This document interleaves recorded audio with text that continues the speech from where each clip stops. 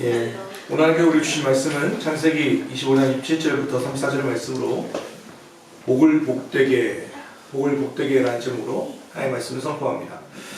어느 한 사업가가 중병에 걸렸습니다. 그래서 여러 차례 수술을 받았고 또 병마와 싸우게 되었습니다. 목숨만이라도 건져야겠다는 그 한 가지 생각밖에 없었습니다. 수년간 항암을 하고 또 요양을 하면서 그렇게 이겨서 결국 그의 생명을 구했습니다. 그 시절이 조금 되었습니다. 그리고 이제 다 병을 낫고 자기 사업장으로 돌아갔습니다. 그런데 돌아가 보니까 자기가 수십 년 동안 피와 땀으로 일궈놓은 사업장이 엉망이 되어 있었습니다. 말 그대로 수십 년의 자기 노력이 물거품이 되어 있는 거죠. 그는 심한 허탈감에 빠지게 되었고 내가 정말 살아야 하나 죽어야 하나에 대한 다시 새로운 고민이 생겼습니다. 그리고 하나님에 대한 원망과 불평도 생기게 되었죠. 차라리 이럴 거라면 왜 저를 살리셨습니까? 그런데 그런 원망의 시절을 보내고 있던 그에게 오랜만에 원래는 친하게 지냈다가 소식이 끊겨버린 한 친구가 찾아오게 됩니다. 그런데 그 친구를 만났는데 깜짝 놀라고 말았습니다. 왜냐하면 그의 걸음걸이가 이상했기 때문에 그렇습니다. 두 다리가 잘려 있었습니다. 우족의 길이어서 그 친구가 오랜만에 만나게 되었죠. 이야기 들어보니까 그는 교통사고를 당했고 그래서 하체가 그만 절단하는 큰 사고를 겪게 되었습니다. 그런데 그 친구가 이렇게 이야기합니다. 비록 내가 지금 우족을 하고 다니냐마는 생명을 보존하게 된 건 내가 살아있는 것만으로 하나님께 기뻐하네, 하나님께 감사하네. 그 이야기를 들으면서 이 사업가가 그 마음에 심한 부끄러움을 느꼈습니다. 그 하나님께 다시 나아가 이렇게 기도했다고 합니다. 하나님, 제가 잘못했습니다. 저는 두 팔도 두 다리도 온전합니다. 부능도 있습니다. 그리고 건강도 회복되었습니다. 저는 다시 일어서기만 하면 됩니다. 저는 지금 행복합니다. 더 바랄 것이 없습니다. 세상에서 가장 불행한 사람은 복을 받지 못한 사람이 아닙니다. 자기가 복을 받고 있지만 그것이 복인 줄 모르는 사람입니다. 그 사람이 불행한 사람이죠. 행복이 무엇인지 그는 모르기 때문에 영원히 그는 불행할 수밖에 없습니다. 행복은 물질에 있지 않고 지식과 지위에 있지도 않고 환경에 있지도 않다는 것을 우리는 잘 알고 있지만 그럼에도 불구하고 우리는 때로는 이런 것들에 치여서 내가 참 많은 복을 누리고 있으면서 불구하고 복을 받고 있으면서 불구하고 누리지 못할 때가 얼마나 많습니까? 아마 여러분 오늘 설교가 아주 힘들 겁니다. 왜냐하면 말씀을 들어야 하는데 자꾸 이렇게 모든 시선이 눈썹으로 왔기 때문에 수요일날 밤에 눈썹 문신을 하고요. 보니까 진짜 몰랐던 거 알았어요. 왜냐하면 일주일 동안 이렇게 세수를 제대로 못하더라고요. 물이 들어가면 안 된대요. 그러니까 이렇게 씻는 거예요. 이렇게 씻고 이렇게 씻어야 돼요. 심지어는 머리를 감을 수가 없습니다. 오늘 아침에도 아내가 감겨줬어요. 샴푸는 좋더라고요. 근데 너무 목도 아프고 사실은 불편하죠. 그때 알았어요. 그리고 더 심한 건 가려워요. 여기가. 근데 긁을 수가 없어요. 야, 가려운 걸 긁는 것도 참 복이다. 가려운 걸 긁을 수 있다는 것도 복이다. 세수할 수 있는 것도 복이다. 한 번도 저는 이거 복이라고 생각해 본 적이 없어요. 그냥 했던 거죠. 당연하게 누리는 것이었어요.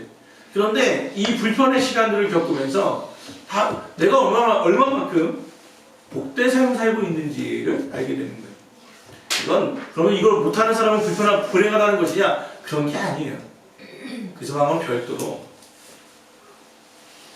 우리는 수많은 복을 누리면서도 불구하고 복을 복으로 여기지 못할 때가 많다는 거죠. 복을 빼앗는 사람 참 나쁜 사람이죠. 남의 복을 빼앗는 사람, 이건 두말할 나위 없이 정말 나쁜 사람입니다. 그런데 복을 빼앗기는 사람은 어떻습니까? 남을 속이는 사람은 분명 나쁜 사람입니다. 법의 처벌을 받습니다. 그러면 남한테 속는 사람은 그 사람은 어떻습니까?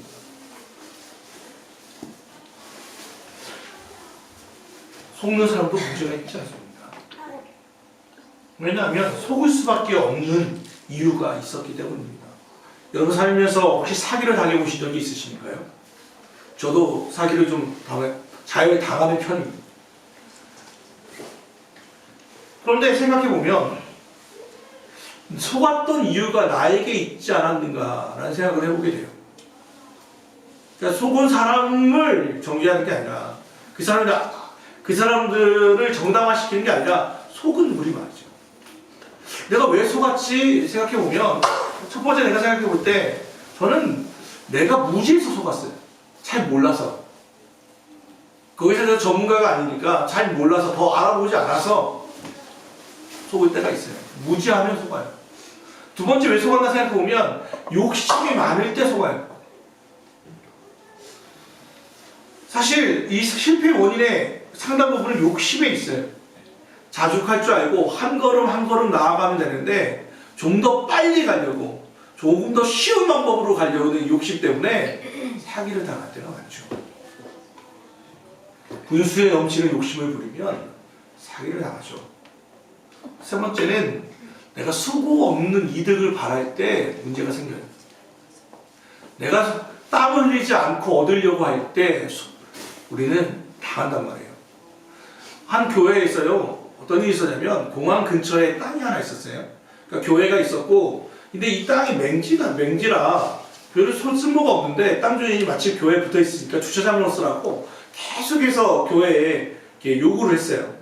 그러니까 생각해보니까 땅값도 너무 싸고 생각해보니까 또 주차장으로 넉넉하게 쓰면 되겠다 싶어서 그냥 아무 생각 없이 헐값에 땅을 샀어요. 그런데 10여 년이 좀 흘렀나요? 그 땅이 비교도 할 수 없을 만큼 몇십 배가 뛰어버린 거예요. 그 근처에 쇼핑몰이 들어오면서 그 땅이 수용됩니다.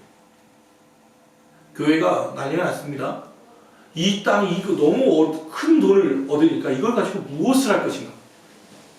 각자 생각들이 있잖아요. 특별히 대세는 뭐였냐면 성전을 짓자 이렇게 된 거예요. 성전을 지읍시다. 그래서 이 당회에서 하고 재직회를 열었어요. 부동산에 관련된 최종 권리를 재직회했기 때문에. 근데 재직회에서 한 집사가 이런 이야기를 했습니다. 이 돈은 우리가 땀 흘려 받은 돈이 아닙니다. 우리가 수고하여 얻은 돈이 아닙니다. 성전을 지으려고 한다면 우리가 성도들이 한 명하면 적은 돈이든 많은 돈이든 자기의 땀과 피를 흘려서 그렇게 해서 성전이 지어져야 하는데 이것은 우리가 땀 흘려 얻은 돈이 아닙니다. 그냥 얻은 돈이 있지 않습니까? 우리의 수고가 있는 돈이 아닙니다. 이 돈으로 성전을 짓는다면 과연 하나님이 기뻐하시겠습니까? 라고 문제 제기를 한 거예요. 그 얘기를 들으면서 다시 한번 교회가 생각하게 된 거예요. 맞다. 이것은 우리가 얻은 게 아니야.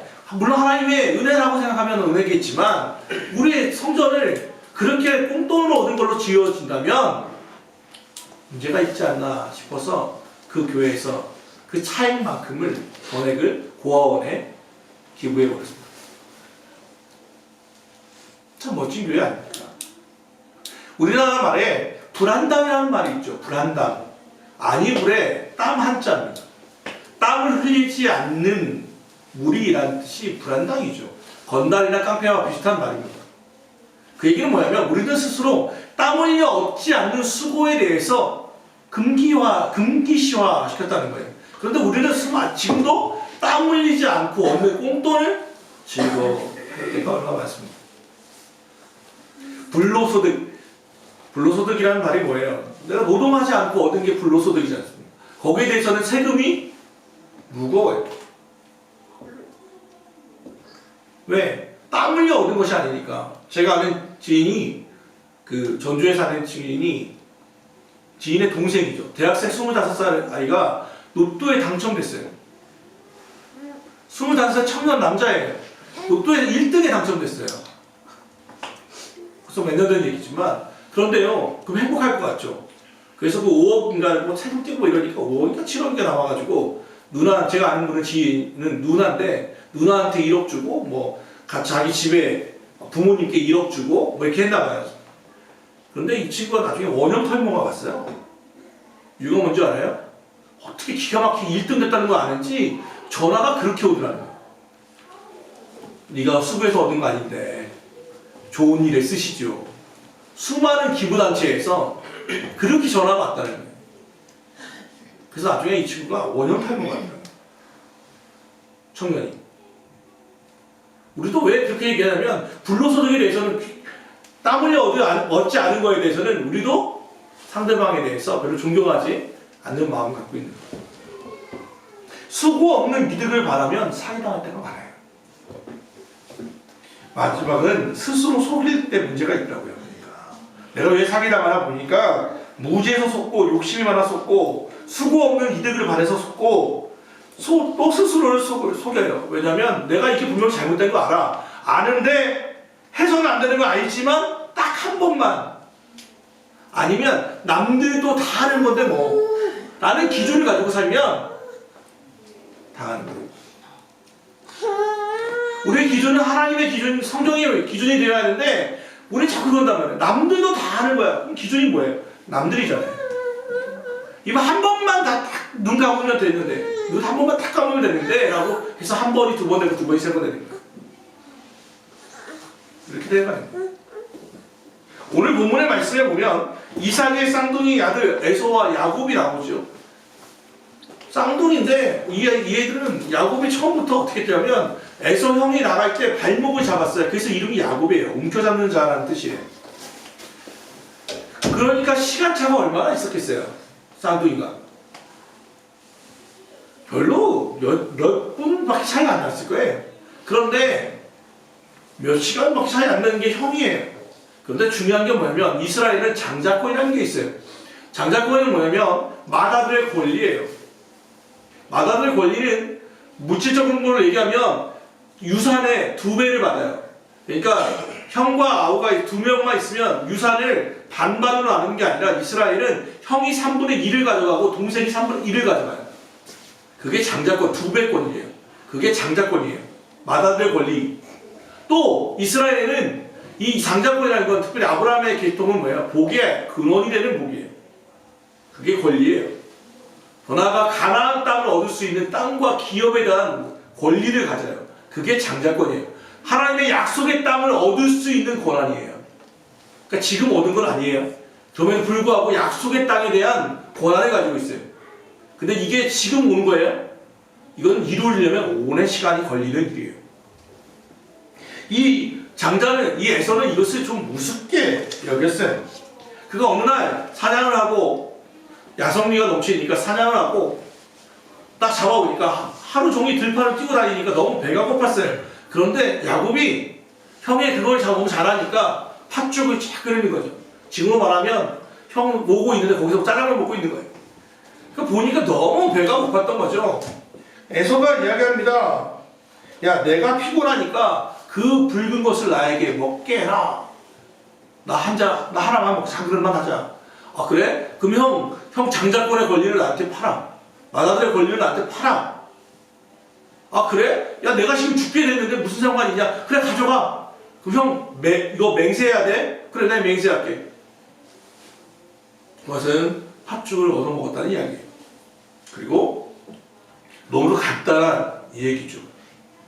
그런데 나중에 이 동생에게 장자권을 사기라는 것을 안 에서는 자기의 잘못을 생각하지 않고 야곱을 미워하고 심지어는 죽이겠다라고 말합니다. 그는 평생 증오와 원한을 품고 슬픔의 인생이 되어버린 거죠. 이유가 뭐냐? 34절에 한마디로 끝내요. 에서가 장자의 명분을 가볍게 여김이었더라. 여러분은 어떻게 생각하십니까?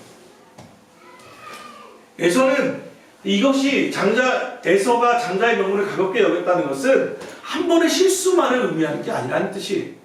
에서가 이거 하나 팔았다고 해서 진짜 사냐? 야, 너무 심한 거 아니야, 하나님? 그게 아니라 에서의 사람됨을 이야기하는 거예요. 사람 되의 본질이 이거였다는 거예요. 에서는 어떤 사람이었냐면 신령한 권리, 신령한 축복에 대해서는 관심이 없는 사람이었어요. 보이는 것과 보이지 않는 게 있다면 그는 보이는 것을 택하고 보이지 않는 것을 없다고 하는 사람이었단 말이에요. 성공과 양심이 있다면 그는 성공을 택하고 양심을 버리는 자였어요. 무신만능주의에 빠져있는 사람이에요. 즉시 지금 당장이라고 하는 마음을 갖고 있는 마치 현대인과 같이 살아가는 사람들이죠. 현대인들을 뭐라고 말하냐면 인스턴트 문화라고 말하죠.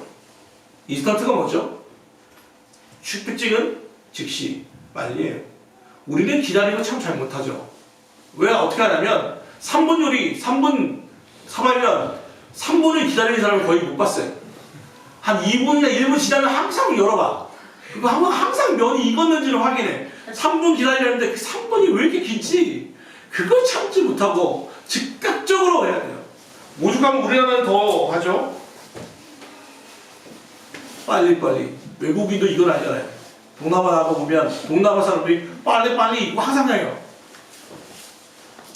그만큼 한국 사람들은 빨리빨리 문화에 익숙해 있어요. 지금 당장 그리고 빨리빨리 즉각적으로 그게 우리의 마음을 뜨겁게 하는 거예요. 우리는 장로교죠. 종교개혁자였던 칼뱅은 임종을 맞으면서 그가 이렇게 했다고 해요. 로마서 8장 18절 현재의 고난은 장차 나타날 영광과 비교할 수 없다. 로마서 8장 18절을 계속 암송하며 그가 하나님의 나라로 갔다고 합니다. 현재의 고난은 장차 나타날 영광과 비교할 수 없다를 암송하다가 임종을 맞이했다고 합니다. 그런데 우리는 장차 나타날 영광과는 관심 없고 현재의 고난에 대해서 피하려고만 하죠. 에서는 결국 이방 여자와 결혼하게 되고 아브라함 가문의 장자로서의 계승권을 포기하게 됩니다. 그리고 자기 아버지 이삭과 리브가의 근심거리가 되었다라고 성경은 계속해서 말합니다. 가시적인 것, 현재적인 것에 관심을 쏟았을 때 그렇게 됩니다.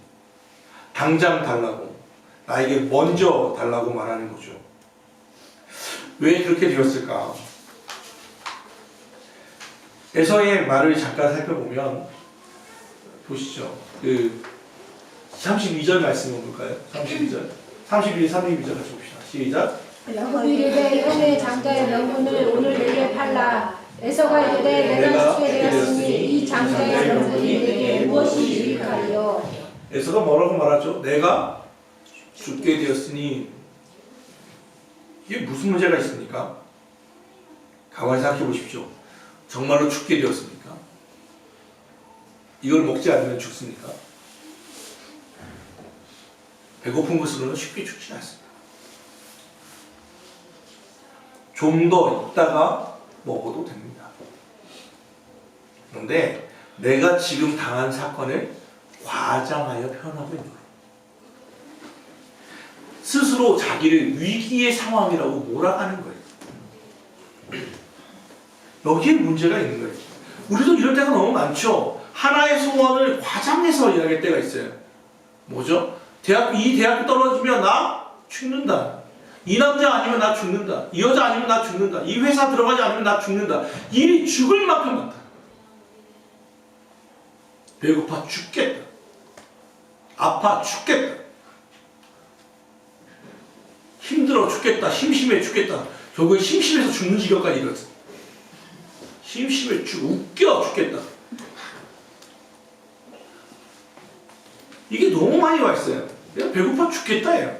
쉽게 얘기하면. 근데 더 나아가서 그냥 언어적 표현이 아니라 나는 죽게 되었다고 스스로를 과장해서 자기의 위기를 과장한다는 거예요.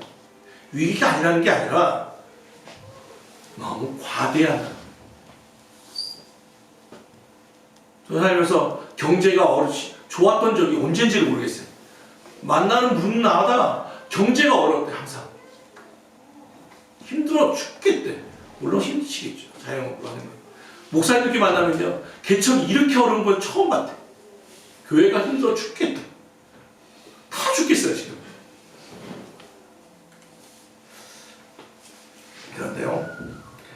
하나의 일을 놓고는 되면 살고 안 되면 죽는다. 하나의 일 가지고 이거 되면 살고 이거 안 되면 죽는다. 얼마나 어리석은 겁니다. 하나님은 종합 예술이에요. 예술이 제가 볼 때 하나님은 종합 예술이지 이거 하나 안 하면 죽고 이거 하면 살고 하고 없어요. 이게 안 하면 다른 길을 주시잖아요. 일을 극대화해서 목숨까지 거는 건 너무 어리석은 일이 아닙니까? 여러분은 어떻습니까? 힘드시죠? 어려우시죠? 근데 그것 때문에 정말 죽을 것 같습니까? 더 나아가면, 좀 더 나아간다면 미래의 영광보다는 눈앞을 생각하는 것에 그는 빠져 있었습니다. 신령한 것에는 관심이 없습니다. 약속의 축복에 대해서는 관심이 없어요. 당장 내 배를 배부르게 하는 팥죽의 마음을 빼앗겼기 때문에 그렇습니다. 고사성어 중에 조삼모사라는 말이 있죠. 그죠? 예전에 이게 송나라의 저공이라고 하는 사람의 이야기인데 그는 원숭이를 키웠어요. 원숭이를 키우다가 원숭이들한테 이렇게 얘기했죠. 야, 아침에 열매를 아침에는 4개 주고 저녁에 3개 줄게. 그랬더니 원숭이들이 시위하는 거죠. 데모하는 거죠. 못 살겠다. 악덕 업자는 물러가라고 이러는 거죠. 왜 아침에 3개 저녁에 4개 주냐 막 하는 거죠. 그랬더니 저공이 얘기합니다. 아, 그럼 알았어. 아침에 4개 주고 저녁에 3개 줄게. 역시 그렇게 해야지. 너그러우신 주인이여가 되는 거죠. 아침에 3개를 주고 저녁에 4개 주나 아침에 4개 주고 저녁에 3개 주나 무슨 차이가 있습니까?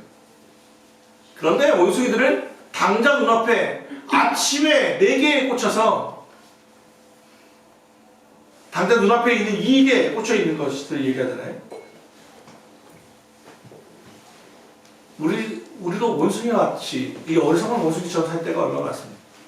당장의 눈앞에 조삼모사처럼 살아갈 때가 어차피 다 똑같은 것인데 여러분은 미래를 위해서 오늘의 고통을 이겨내고 계십니까? 지금의 이 고통을 감내할 수 있습니까? 가만히 보면 미래는 제쳐두고 당장 현재만 생각하는 사람이 너무 많죠. 하나님의 약속은 지금 이루어지기도 하지만 때에 따라서는 오랜 기간 기다려야만 합니다. 마지막으로 유감스러운 것이 하나 더 있다면 에서는 돌이킬 수 있는 기회가 있었음에도 불구하고 그 기회를 잡지 못했다는 거예요. 그냥 가버렸죠. 오늘 말씀에 보면 3, 4절에 야곱이 떡과 팥죽을 에서에게 주며 에서가 먹으며 마시고 일어나 갔으니로 끝나버려요. 먹으며 마시고 일어나 갔으니 배가 고플 때는 정신이 없어서 헛소리를 했다 치고 배가 부르며 정신이 들어오면 자기가 장자권이 얼마나 중요한지 알았다면 어떻게 해야만 했습니까? 야곱에게 얘기했겠죠. 야, 내가 너무 배고파가지고 그랬네. 야, 이거 다른 걸로 하자. 이건 안 되겠다.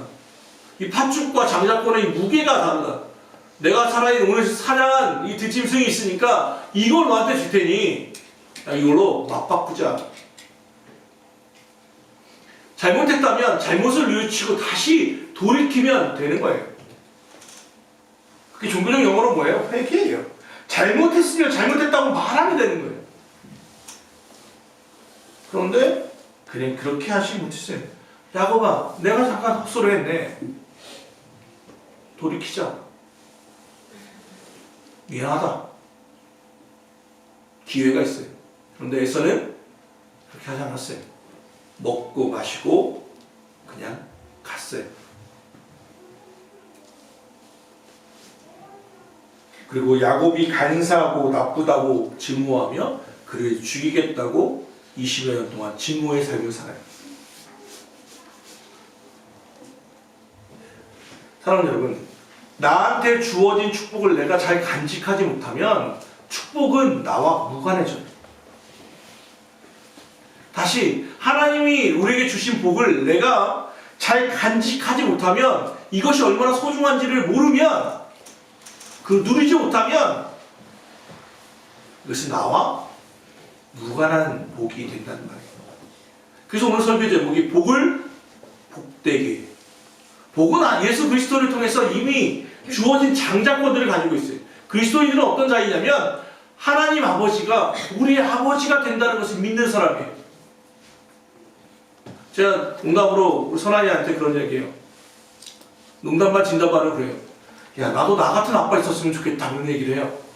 되게 자고하죠. 나도 나 같은 아빠 있었으면 좋겠다. 생각할 때 저는 좀 괜찮은 아빠 같아요. 청약 주택도 하고 있지, 적금도 들어주지, 고민 있으면 들어주지, 막 이러면서 내가 그러거든요. 나도 나 같은 아빠 있었으면 좋겠어. 왜 우리 아버님은 일찍 돌아가셨기 때문에. 그런데 어느 순간 갑자기 이런 생각을 했어요. 나보다 훨씬 좋으신 하나님이 우리의 아버지가 돼요. 우리의 고민하신 분이. 나보다 저도 저의 미래뿐 아니라 아들의 미래를, 여러분도 자녀의 미래를 고민하고 계시잖아요. 그 아이가 어떻게 됐으면 좋겠다라는 소망들을 가지고 있죠. 그리고 우리의 기도의 제목은 항상 자녀일 거예요. 부모들은 항상 기도 제목이 1번이 자녀일 때가 얼마나 많습니까? 그런 생각해보면 우리보다 우리의 미래를 더 고민하시고 기대하시고 인도하기를 원하시는 분이 계세요. 그분이 하나님 아버지. 우리는 그 아버지의 자녀예요. 그게 그리스도인이라는 이름이에요. 예수 그리스도, 우리의 맏형님이신 독생자이신 예수 그리스도는 이것을 위해 십자가에 못 박혀 죽으셨어요.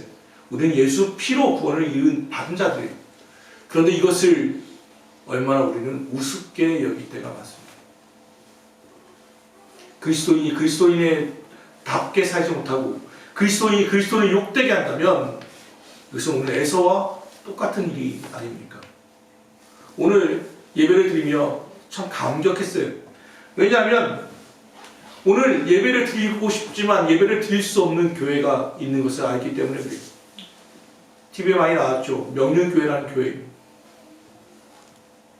코로나 바이러스로 인해서 거기 확진자가 나왔고 그가 새벽 예배와 금요 예배에 참여했다는 것이 드러났고 수요예배에 참여했고 그러면서 그 교회는 금요일까지 소독이 다 마쳐졌다고 해요. 그럼에도 불구하고 오늘 예배를 쉬는 것으로 결정됐어요. 그리고 보니까 홈페이지에 목사님 단독으로 예배를 드려서 올린대요. 그렇게 해서 예배를 드리는 것으로, 그러니까 예배를 보는 것이 아니라 드리는 것으로 대체됐다는 이야기를 들었어요. 오늘 자리에 앉아서 찬양을 하면서 그런 생각을 다시 한번 해요. 그 교회에 비해서라는 게 아니라 예배의 자리에 나올 수 있다는 것이 정말 은혜구나라는 생각을 했어요. 앞서 제 눈썹 이야기를 하면서 얘기했지만 이미 예배를 드릴 수 있다는 것 자체, 누군가에게는 이것이 늦잠과 싸워야 하는 일이기도 하고 또 누군가에게는 이것이 어떤 습관적인 일이기도 하고 누군가는 이 예배에 나오는 것이 자기를 너그럽게 관용을 베풀면서 나오는 일도 있을지 모르겠지만 오늘 예배를 드리면서 그런 생각을 했어요. 우리가 예배할 수 있다고 해서 항상 예배할 수 있는 것은 아니에요. 이런 상황과 환경이 주어진 하나님께 감사할 뿐이에요. 사랑하는 여러분, 여러분에게 주어진 복들이 참 많습니다. 영적인 것도 많습니다. 물질적인 것도 많습니다. 관계적인 것도 많습니다. 여러분의 이야기를 들어주는 부모님, 가족들이 있지 않습니까? 관계적인 것, 물질적인 것, 영적인 것, 수많은 것을 우리에게 하나님께서 부어주셨습니다. 이 복을 복되게 하십시오. 복을 누리십시오. 그리고 감사하십시오. 역시 오늘 본문을 통해 우리에게 주시는 하나님의 말씀입니다. 기도하겠습니다. 사랑하는 하나님, 오늘에서는